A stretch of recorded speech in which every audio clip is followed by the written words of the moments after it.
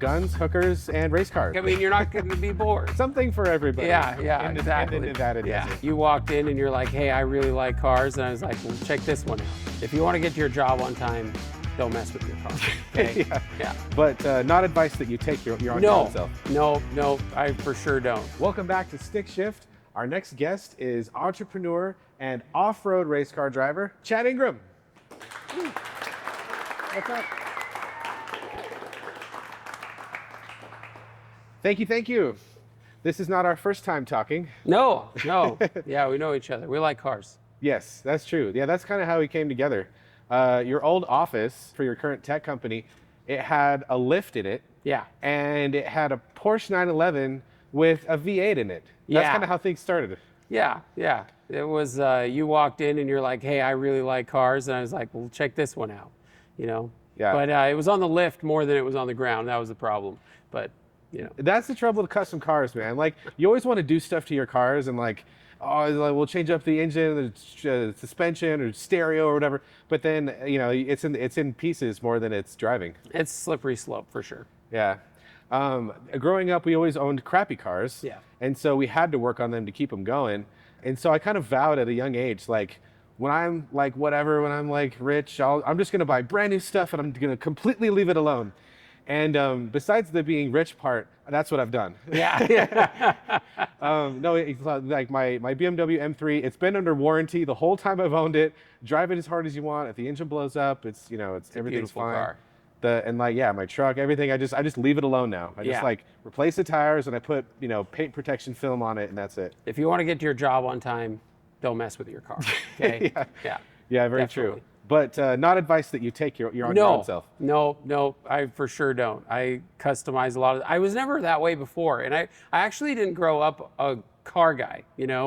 I got kind of exposed to it. An uncle of mine bought a really crazy fancy car and invited me to go to race school with him, and then I did that, and I just was hooked on the adrenaline. Like when you're behind the wheel. In fact, in my racing school class, I was it was at Spring Mountain on the straight. And I was doing 120 miles an hour and almost went too deep into the turn and almost crashed the car. It scared the hell out of me. But I was hooked on the adrenaline. I was like, wow, I got to do this again. Where's Spring Mountain? Spring Mountain is a private racetrack club outside of Vegas, about 40 minutes outside of Vegas. Is that the one at Pahrump? In Pahrump. Okay. I always heard of it referred to as the Pahrump racetrack. Yeah. I didn't realize it was called that. There's really nothing in Pahrump other than hookers and the racetrack. Right. Literally. There used to be It's literally famous for it. Right. Bunny Ranch or something? Yeah, it's weird. Yeah, it's weird. But I think there used to be a gun training place too. Yeah, Front Sight. But not there anymore. Yeah, I actually had a full-time membership to Front Sight until they sold recently. So I'd go there as well. Also a good time. Right. Yeah. So guns, hookers, and race cars. Yeah, exactly. Really depending on what you like. I mean, you're not going to be bored, So something for everybody. Yeah, exactly. In the Nevada desert. Probably some UFOs and some nuclear warhead fragments. Well, I think the reason they ended up there in building that is because the land is cheap out in Nevada, and it's actually right along the California-Nevada border, and so. It was close for a lot of the club members that wanted to buy property from California, and they could actually drive their cars to the club. Right, and you can always point to the other state when the crimes happen. Oh no, that's California's problem. No, that's Nevada's problem. Let's exactly. Just not worry about it. But yeah, loved cars after that, and kind of became obsessed. The first car I bought was a C63 AMG. And I just couldn't get over the sound of the motor, Wait, and then the first car you bought? Or the first fun car I bought was an AMG. I remember test driving a Tesla, and I was like, man, something's missing here. And the sound was missing. Funny you say that. Yeah. I tend to agree that something's missing from Teslas, maybe a dashboard of instruments. Yeah. Or maybe a knob to change the AC. Yeah. Or maybe a door handle. Yeah. And basic stuff that we've grown accustomed to as human beings. And I appreciate all engineering. I think there's some really cool EV experiences, but for me, you're way too open-minded. Yeah. I need a motor though, like a gasoline motor, one that needs to be repaired more frequently than it should, one that requires a lot of parts and just doesn't make a lot of sense. I want that. Yeah. That smells bad and you have to get dirty and work on, that's kind of what I want. You're speaking my language. Yeah, for sure. Yeah, for sure. You gotta have like the vibration of the motor and the smell of the gasoline and oil on your hands when you change it and stuff like that. I don't know. Interestingly enough, we actually have a lot of common as far as our careers go too. Yeah. Our work life. I've done several tech startups and so have you. Yeah. So tell us about your most recent one. Yeah, so the most recent one is called Distro. It's an application for vetting and hiring people in other countries. And so it makes it really easy to find, get matched to people, interview them, and hire them. And our platform, handles paying them, onboarding them, everything. So it's been a wild ride for sure. I tried not working for a while, and I'm an entrepreneur. I like the challenges stuff. The competitive nature in me keeps me racing, and it also keeps me building companies. So something I just love to do. No, for sure. And I would definitely consider a lot of motorsport and a sport, a literal sport. Yeah. You've got to be in like physical shape, and you have to have a competitive nature.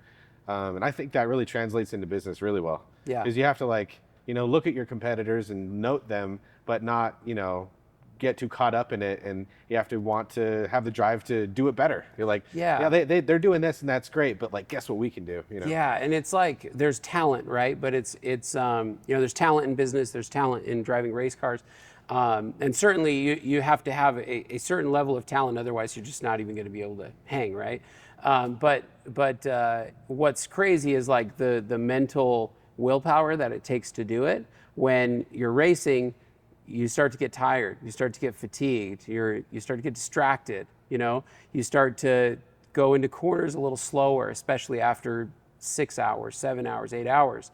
And you start, telling yourself like, stay in this, like you're having to convince yourself to, finish what you started essentially, with the same energy that you started it. And I think the same thing in business, right? Like it's just, every day's a little different, and some days are harder, some days are better, and a lot translates, I think. Like what you do on the race team or the company, people get together and they start to feel camaraderie around, doing something and winning together. It's like, even though I'm driving the car, when I have a team that comes and they help prep the car and they help be in the pit and make sure our times were tight and everything, when we do well, everyone feels so good. It's like it's a huge win as a community. And you can't do it alone. Like No. a race team, a tech startup, it's not a one-man show, and it's literally impossible. You can't hop out of an F1 car and change the tire. Like it takes like 5 minutes just to like get unhooked from your stuff, let alone grabbing a wrench and being able to have the talent to do that in a fraction of a second. It really takes a village to make anything like that succeed. And I think that's one of the most rewarding parts, is being able to work with great people and be around them. And I mean, this show, literally, I just try to assemble the best people I know, and it's been just a ton of fun. It's been really, really fun. So speaking of tarmac versus dirt, you did take a ride in this guy. I did, and it was interesting. Not easy. I love the gold helmet. It matched a little better to the car, I felt like. It's hard to get the right speed. Like, it is a challenge for sure. Yeah, so you want to start about this speed here. Yeah. And then you give it a little gas to kind of break it loose. Throw it in. Don't do it with steering. You had a couple of spin outs. Everybody has a couple of spin outs. How hard was it to keep it on the edge without going around? I mean, it's really difficult. So the wheels are like basically plastic. And so you can only hit so much of a turn before losing it. Let's see your video. Yeah. So we take an overhead shot of you run, and then we calculate average drift angle as you go around. How was that? Really difficult. For a couple of laps, I feel like I had it, but I was drifting too wide. If you push it a little bit too much, it's very easy to lose it. But very difficult, really fun.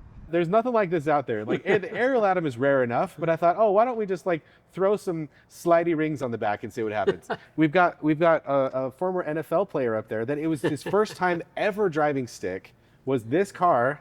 And then, so I said, okay, learn how to drive stick and learn how to drift in 5 minutes, ready to go. Amazing, right? Easy to drive, theoretically. Yeah, he had a great time. Okay, Chad Ingram, you got 26.88 degrees. That's pretty badass. You're a pro driver, so we're gonna go right here. Just under the drift god, the guy who has the world record, so don't feel too bad. Right under Johan Schwartz. Very good. Thank you. I have some practicing to do.